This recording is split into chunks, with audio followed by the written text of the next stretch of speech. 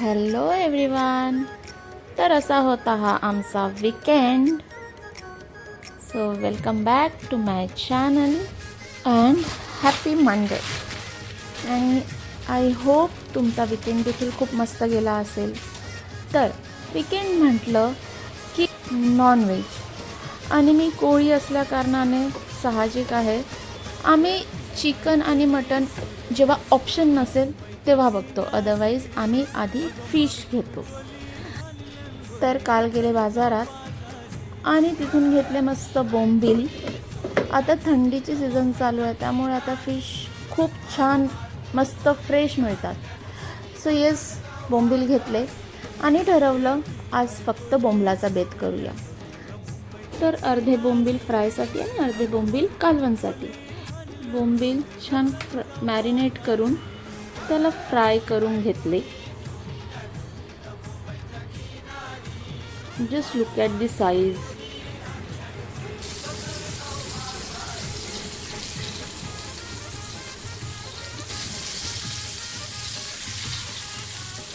फक्त 3 बोंबीलने पूर्ण तवा माझा भरून गेला. आणि हा मॅरिनेट करताना मी कोकम आणि लसूण देखील ठेचून घेतलेला, तो देखील फ्राय केला. आणि हे खायला खूप मस्त लागतात. It taste very good.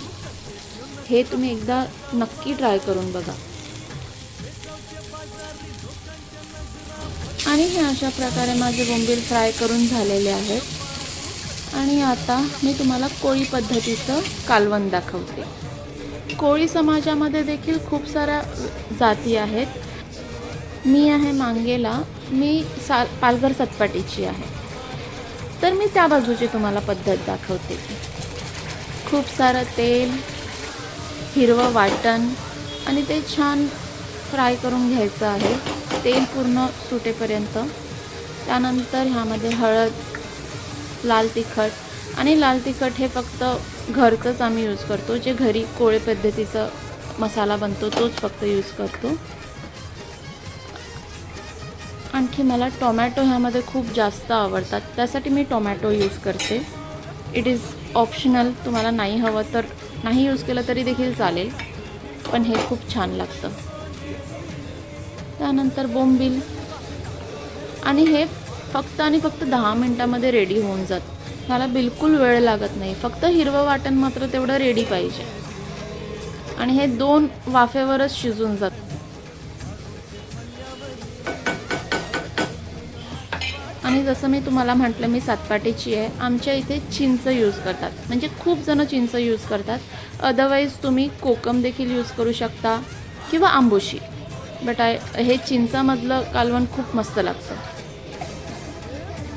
So चिंच